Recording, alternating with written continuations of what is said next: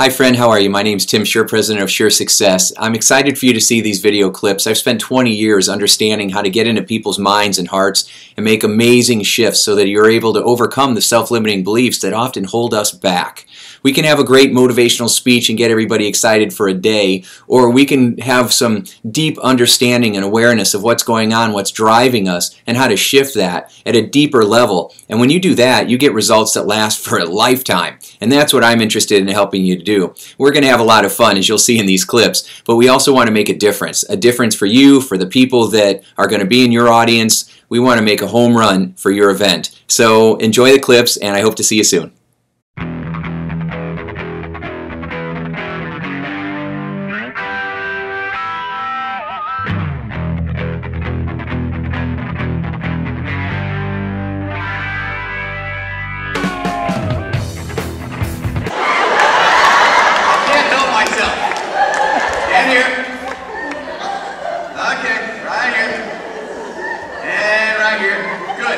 Show me motivation again.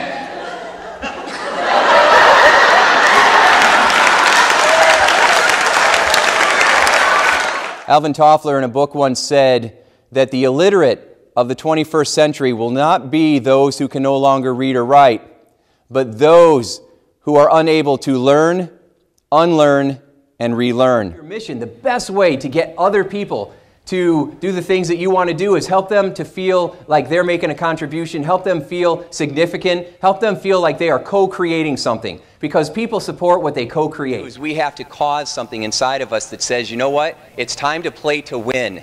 Most people play not to lose. You might be playing not to lose. And you have to shift that. Because when you feel calm and secure inside and you know that you're okay, it allows you to take pressure off and fully make it about other people for real. On and on. Because we get so caught up in what's going on inside of us, we lose the ability to notice what's going on around us. And then as a result, because we're sorting by ourselves instead of by others, instead of looking at the bigger picture, we get caught up in the details of the moment. Instead of focusing on it's going to be okay, we're focusing on why it isn't. Because of that, we feel stressed and we get stuck. And then our mind shuts down instead of being resourceful. And everyone in here is resourceful and brilliant. That's why you are in here. Ready? 1, 2, 3. Ah! Good. Do it again. Ah! Get your hand out of your pocket. Come on. Go for it. I want you like this. Ah! That was weird. All right. 1, 2, 3. Ah! Good. Now, there. Can you do it? Yes, I can. Can you do it? Yes, I can. Can you do it? Yes, I can. Good. Well, my definition of fear, F-E-A-R, stood for F everything and run.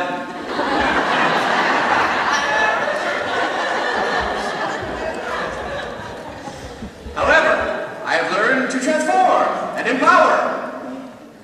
And so now, realizing that fear is the same adrenaline response as enthusiasm, F-E-A-R now stands for feeling excited and ready. Okay. Don't become a victim. Stay out of your head. All arguments start because somebody says something and then you go in your head and you start to feel like you were taken advantage of, or somehow you have been wounded and you have to attack back. You feel attacked yourself, Yeah, right? so you have to attack back to defend yourself or prove yourself, or you just shut down and walk away, which causes the other person to get bigger and larger and come after you. Okay. Yeah, so don't become a victim in your head. Don't do that. No. Instead. So again, how are you going to interpret your situations in life? There's a little boy. He's in elementary school. It's lunchtime. He has his tray. He's got his food. He's walking to the table. He trips.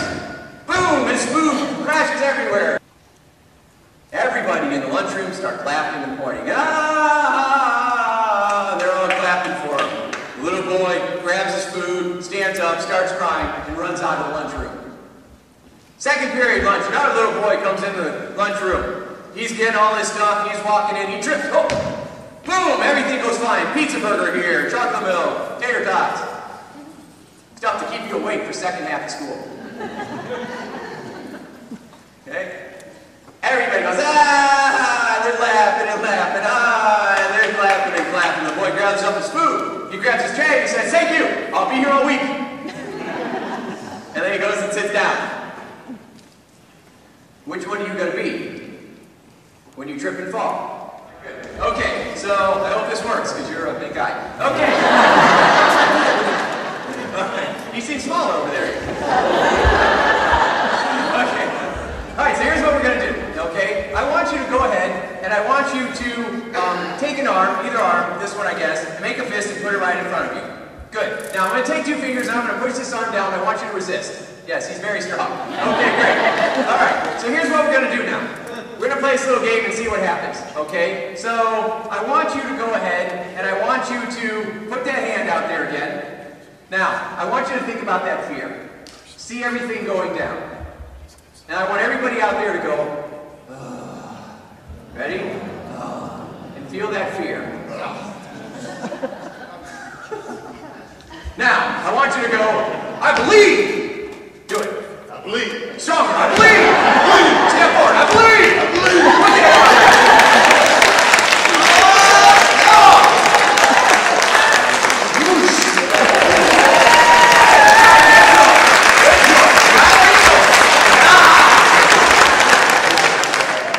Now,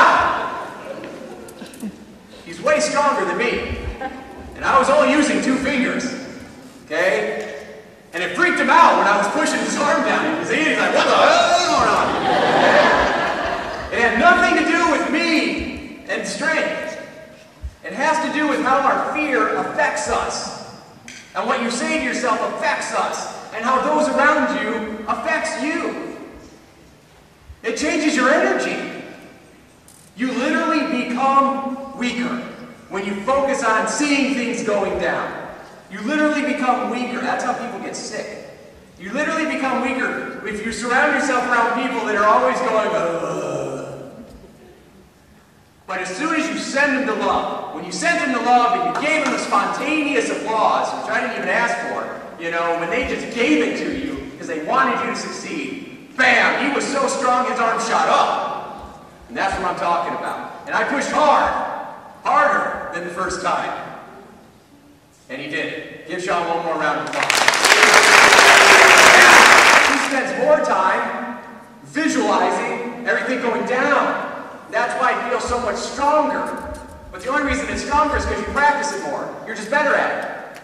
But if you practice the other thing, you'll get better at it. There's 2 dogs that are fighting in an alley. And there's a master and a student watching this. And the student says, Master, which dog is going to win? And the master says, the one you feed. Because that one will get stronger. Whatever you think you can or cannot do, you'll be right. So, what was I talking about? Oh, pain and pleasure. I was so inspired by myself. And I forgot I was up here. Now I want you to look at your partner and complain about the same thing, but this time, I want you to say it as fast as you can. Oh, I'm really crazy about this. Okay, 10 seconds, go. Stop. Now I want you to say the same thing, but I want you to go as slow as you can. Go. What comes out is, oh my God, I'm so bored, I will stop complaining. Okay? That's right. Now I want you to say it as high as you can. Down your sexy voice. Oh my God, I'm good. Hey. Anybody feeling stressed at the moment? No, because I'm scrambling your recipe. Your brain's going, oh, what? Notice, I didn't tell you to change what you were saying ever once. I didn't tell you to change what you were focusing on ever once. I just showed you a couple little tricks to break the pattern. Okay? If an object is always going in the same direction, it's going to keep going in the same direction unless some other force knocks it out of the way. You be the force.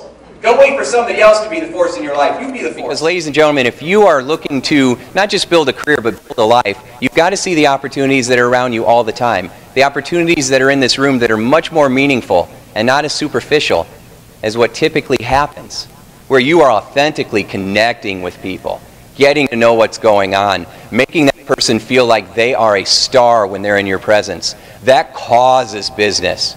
Are you the cause in your life, or are you the effect? So there's this woman, and she had a $250,000 job, high-profile position, and she needed filled. And there was 2 candidates, and they were both equally good. And so she had a dinner party that night, and she sat down between the 2. And so she turned to the one person and she had this great conversation with them, and they were talking and laughing, and this guy was telling her about all the places he had traveled to and all the things that he had done and all the cool experiences that he had. And by the end of that night, she was convinced that he was the most amazing person she had ever met. Then she turns and has another conversation. And as she's talking to this gentleman, he's asking her all about how long she's been with the company and what she's done and the experiences, and they're laughing and they're having a good time. And at the end of the conversation, she's convinced that she's the most amazing person she has ever met. Now, who do you think she hired?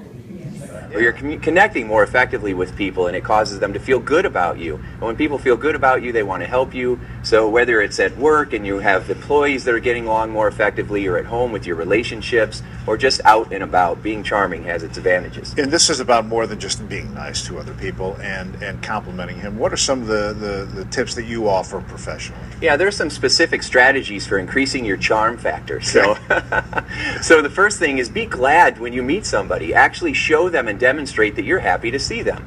So you would lean forward, make eye contact, smile, go, "Hey, how are you?" Okay, because yeah, you're good. That's right, and see how you perk up. Because kind of thing. Missing your baby is completely different from, you know, everybody died.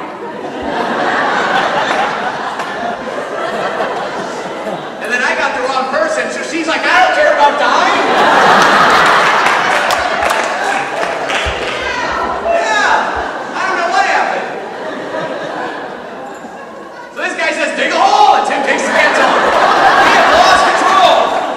Instead of focusing on the outcome we want, we get lost in the details of what's happening in the moment. That's like driving like this. Yeah, but Tim, you got to know where you're at. Yes, you do. But did you drive here like this? This is where I'm at. No, you look forward, right? You have to be looking at the bigger picture. The details are important, but you have to know where you're going. A lot of people drive like this. They drive living in the past. When you get in your car to go home this evening, look at the rearview mirror, and then look at the windshield, and then notice every time you get in the car that the reason that your windshield is so much bigger than your rearview mirror is because where you're headed is way more important than where you've been. I want you to pick one of those. Pick the blame. This side, do the placator where you're like this. And this side of the room, do the blamer where you're pointing over at them. And this side over here, you do the distractor. And that side over there, you guys do the computer. Okay, and we'll do it all together at once, and then everybody look at each other. Okay, here we go. 1, 2, 3, go. Yes, good. Welcome to corporate America. Day 1, I'm walking down the street and I fall into a hole. How the heck did I get here? I do not like being here. I do not want to be here. I'm having a really hard time getting out of this hole. I'm confused and I'm frustrated and I'm scared and this sucks and I want out. She finally makes her way out of the hole and she keeps on going. Day 2, I'm walking down the same street. I fall into the hole again. I cannot believe that I'm here again. And I know that it's not my fault. Who put this hole here? What idiot did that? This should be fixed. This is not my fault that I'm here. And she has an even harder time getting out of the hole. But she finally does, and she keeps on going. Day 3. She's walking down the same street. She sees the hole. She tries to go around it, but falls in again. It's a habit now. She's like, oh my gosh, I cannot believe this is happening again. But then she has this idea. Maybe it is me. Maybe there's something I am doing. And she gets out of the hole right away. Keeps on going. Day 4. She's walking down the street. She sees the hole. She recognizes it. She takes responsibility. She gets all the way around it. She keeps on going. And on day 5, she takes a different street. So where are you at in your journey right now? Okay, about what is your dream? That causes you to go into vision so that you're focusing on what's possible instead of what is. Intelligence is understanding what is. Genius is understanding could be. And if you focus on that, you will start to move towards it. You can change the way you feel about anything. It's not what happens, it's how you interpret it that matters more than anything else. So I kept getting angry about everything, and then of course I'd fly off the handle and then end up creating more things, more problems, more stress, because that's where I was coming from. What you put out into the world gets mirrored back. Reminds me of this little fly. This fly is flying around, bzzz, really hungry, bzzz, sees a farm over there, bzzz, sees a nice pile of cow poo, bzzz, goes over there, lands on the cow poo, okay, eats, eats, this is so good. Eats so much that the fly tries to get up and fly away and can't. Tries again and it can't. It ate too much. Says, oh my goodness, how am I going to get out of here? And it looks over at this haystack and it sees a pitchfork and it looks at the handle and it says, if I climb all the way to the top and I jump off, I get a jump start and then I'll make it and I'll be able to get out of here. So he gets all the way to the pitchfork and then he's climbing up the handle. He gets all the way to the top of the handle and then he jumps off the pitchfork, splat, right on the ground. No more fly. What's the moral of the story? Never fly off the handle when you're full of crap. Someone just went, oh, I got it. You literally heard the light bulb go off. We got to keep our word because it builds trust, and we embrace feedback. Most people are afraid of feedback. How many people follow you around and give you feedback about how you're doing? And how many times do you go, good, I want to learn more? Most people are going, oh my gosh.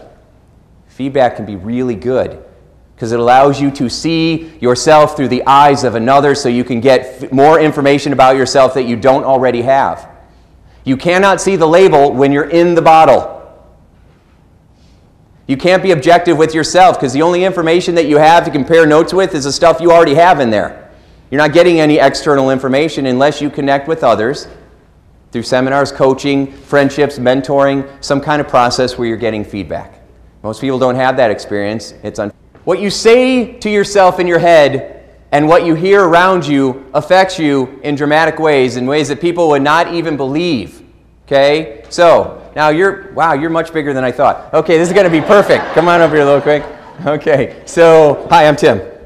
Doug. Hi, Doug. Nice to meet you. Okay, so, Doug's a nice, strong guy, right? So I want you to go ahead and put your hand out in front of you. Now I'm going to take my two wimpy fingers, and I'm going to go ahead and I'm going to push down on his arm. But I want you to think about something that makes you feel happy. Think about something that makes you feel happy.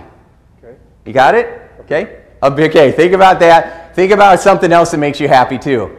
A cold beer. A cold beer. All right, so I'm pushing down, nice and strong. Good. Now I want you to think about something that makes you feel stressed. When was the last time you felt stressed out? Yesterday? All right, get into that stress. Okay. Get into feeling it.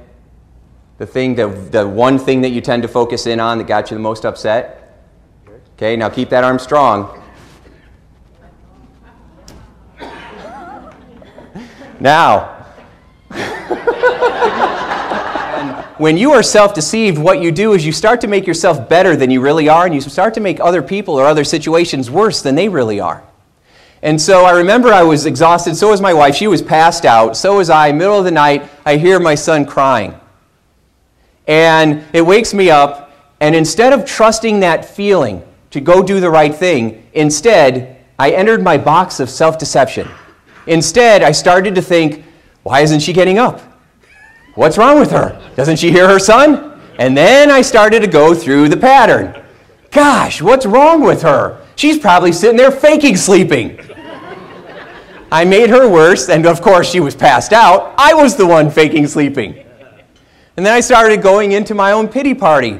So I started thinking, well, geez, I've worked all day. I've got to get up early in the morning. I've got this seminar that I'm doing. You know, I'm a good dad. I'm a good father. I'm a good husband. I can't believe that I got to get up and do this. And I started making the situation worse. Now, in my mind, I was fully justified for doing that. But was I being a good dad in that moment? No. Was I being a good husband in that moment? No. I was overall a caring person, but it's so easy to slip into some of these patterns, and we want to be aware of them. And what drives us internally is the pain-pleasure principle. Have you ever heard of that before? The pain-pleasure principle. We are instinctively driven, hardwired, to avoid pain and to gain pleasure. Okay? So this is what happens when we procrastinate. You decide, I need to make a phone call. I got to do some showings. I got to get things going. I got to make things happen. Okay? So you start thinking of all the things that you need to do, and suddenly your mind starts saying to yourself, oh man, what if they say no? What if they don't show up? What if they reject me? You know, what if they don't accept me? And we start to say those fearful things to ourselves, and of course that gives us that fearful feeling. So we start to feel pain. We start to get really uncomfortable. So what do? We start to say, well, you know what? Maybe I'll just do it tomorrow. And so we push it off till tomorrow, and guess what happens? Immediately, you feel better. Immediately, it's like, suddenly you feel okay. And your brain makes an immediate neural association, immediate connection that says, hey, if I just put this stuff off, I'll feel better. So guess what happens the next time you need to take action? Immediately, your brain at a subconscious level fires off this feeling of you saying, no, I don't want to do that, and then you don't. And then you've literally conditioned yourself to continually procrastinate on the things that are going to make you successful. You say, oh, he makes me so mad. Oh, she drives me crazy. That is false. He doesn't make you mad. She doesn't drive you crazy. You are going into a reaction. You're choosing that. If I take this paper and I throw it and say, you made me do that, that's false. I made me do that. So we want to be aware of the stories we tell ourselves. It reminds me of the farmer that had all these horses. And one day he hears this ruckus, and he goes outside, and his neighbor's there. They walk over, and they see part of the fence is broken down, and some of the farmer's best horses have run away. And the neighbor's over there going, oh, that's bad. And the wise farmer says, well, how do you know? Later that afternoon, they hear another ruckus. They go back, and all those horses had come back, and they brought all these wild mares with them. Now the farmer's twice as wealthy, and of course the neighbor's there, and he goes, oh, that's good. And the farmer says, well, how do you know? The next day, the farmer's son is trying to tame one of these wild mares, and the horse bucks him off, and he breaks his leg. And of course the neighbor's there. I don't know why this neighbor's always around. They're your soulmates. Okay? They're the ones that push you to show you what's inside of you. Okay? So he says, oh no, that's bad, that's bad. And the farmer says, well, how do you know? Later that week, the army's coming through and taking all the sons off to this war. His son can't go because he's got a broken leg. And the neighbor says, oh, that's good. And the farmer says, well, how do you know? And it just goes on and on. So when something happens in your life, your spouse says something, something happens at work, you get in traffic, and your first response is to get upset, pause for a moment. Take a deep breath in through your nose and do the loosey-goosey, okay? And remind yourself that I can choose how I want to feel in this moment. There was 4 philanthropists, and they're in a village. And this army comes through the village and takes over and locks up all their warriors, all their best men, and throw them in these terrible prisons. So the first philanthropist says, I need to bring some magic here. I got to do something better than this. This is not acceptable. I'm going to do something with the wealth I have. So he goes to the guards and he says, guards, I have these big wells full of fresh, clean water, and you can have them all if you would just give our warriors fresh, clean water so that they don't get sick. And the guards said, okay, we'll do that. And so those warriors had fresh, clean water in their prisons. And the philanthropist felt fulfilled. I have reached a higher calling. The second philanthropist saw that and said, well, I want to do something. So he goes to the guards and he says, guards, I have fields full of food, and you can have all of them if you would just feed our warriors so that they have something better to eat. And the guards said, fine. So they gave them food. So now the warriors had fresh, clean water, and they had healthy food in their prisons. And that philanthropist thought, man, I was born to do this. The third philanthropist said, well, I want to contribute too. So he goes to the guards and he says, I have textile mills, and I want you to give the guards, or I want you to give the prisoners pillows and blankets so that they're not laying on the ground on rocks, so that they feel comfortable and they feel more relaxed in their prison. And so they said, fine. So they took all of that. And that third philanthropist really felt fulfilled. And the fourth philanthropist which was the wise one, the farmer in the bunch, says, you know what? I don't want them to be comfortable in their prisons. So that night, he buys off the guards, he finds out where they keep the keys, he gets a hold of the keys, he unlocks all the prison gates, and he sets the warriors free. The goal in life is not to tell yourself a story that makes you feel more comfortable in your mental prisons. The goal in your life is to recognize that you have the keys in your pocket, that all you have to do is pull them out. Unlock your mental prisons and set yourself free. Thank you very much. We've got the website right there. Boom, right below me, timshurr.com. We got the link to that on indiestyle.tv. Yeah. Good stuff. Thank you.